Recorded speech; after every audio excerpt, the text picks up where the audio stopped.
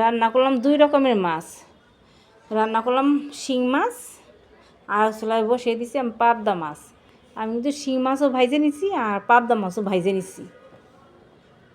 শিং মাছটা রান্না করার জন্য আমি মাছটাকে তেলে ফোড়ন দিয়েছি জিরা আর পেঁয়াজটা একটু কষিয়ে নিছি। আর এদিকে আমার পাবদা মাছও কিন্তু তরকারিটা হয়ে গেছে।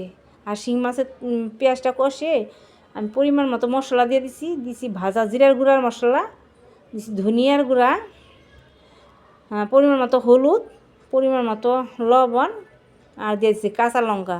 এই সব কিছু দিয়ে আমি শিং মাছের তরকারিটা কষিয়ে তারপর কিন্তু পরিমাণ মতো জল দিছি। জলটা যখন আমার ফুটে গেছে তখন কিন্তু আমি মাছ দিয়ে দিছি, শিং মাছটা দিয়েছি। আর দিয়ে আমার পাবদা মাছটাও আমি ভাইজে নিছি, ডালের বড়ি ভাইজে উঠিয়ে নিছি।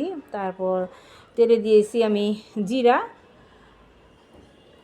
দিয়েছি আলু বেগুনটা একটু ভাইজে নিছি। তারপরে কিন্তু আমি মশলা দিয়ে দিছি পরিমাণ মতো জিরার গুঁড়া, পরিমাণ মতো ধনিয়ার গুঁড়া, পরিমাণ মতো হলুদ, পরিমাণ মতো লবণ আর কাঁচা লঙ্কা। এই সব কিছু দিয়ে আমি আলু বেগুনটা ভালো করে একটু কষিয়ে নিছি। কষিয়ে পরিমাণ মতো জল দিছি। জল দিয়ে যখন আমার ঝোলটা ফুটে গেছে তখন আমি মাছ আর ডালের বড়িটা দিয়ে দিছি।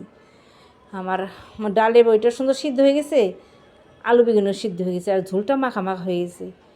আমার এই ডালের বড়ি দিয়ে পাবদা মাছের তরকারি আর শিং মাছের মাখা তরকারিটা যদি ভালো লেগে থাকে তাহলে আমার পেজটি সাবস্ক্রাইব করে আমার ভিডিওতে একটা লাইক দিবেন।